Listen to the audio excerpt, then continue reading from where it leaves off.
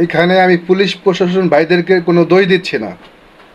এরা চাচ্ছে পরিস্থিতি নিয়ন্ত্রণ করার জন্য।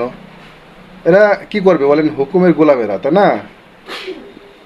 এদেরকে যা বলা হয়েছে যে তোমরা ধরবা, এর ফাঁকে আমার লোকজন মারবে। দেখেন কত সুন্দর করে মেরে আবার চলে গেল, অথচ তাকে ধরলো না, কোনো প্রোটেকশন নিল না পুলিশে। পুলিশ প্রোটেকশনের ভিতর থেকেও বারবার পুলিশ বারবার বলতেছে যে একে মারা যাবে না, মারা যাবে না।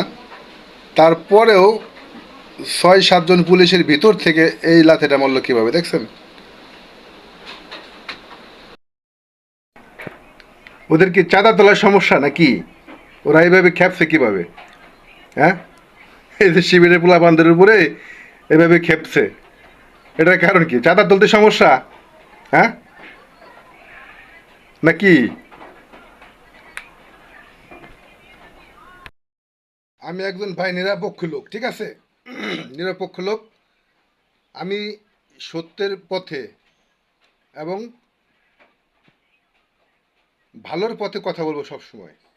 সত্যর পথে সব সময় কথা বলবো। যেটা দেখবো যে এটা বেঠিক, ঠিক হচ্ছে না, সেটার ভিতরে বিরুদ্ধেই কথা বলবো আমি, ঠিক আছে? প্রধানমন্ত্রী কোনো দোষ দিচ্ছি না। ওনার যে পাতি নেতা খেতা আছে, এরা হলো খারাপ। এদের কারণেই সে ডুবে যাবে। এই পর্যন্ত বাংলাদেশের ইতিহাসে কোনো শিবির কোনো ছেলে কোথাও যে কারো কাছ থেকে 2 টাকা চাঁদা নিয়েছে কিনা, তার কোনো প্রমাণ এই পর্যন্ত কেউ দিতে পারে নাই। এই চাঁদার বিরুদ্ধে কথা বলে, ঠিক আছে, ধর্ষণের বিরুদ্ধে কথা বলে,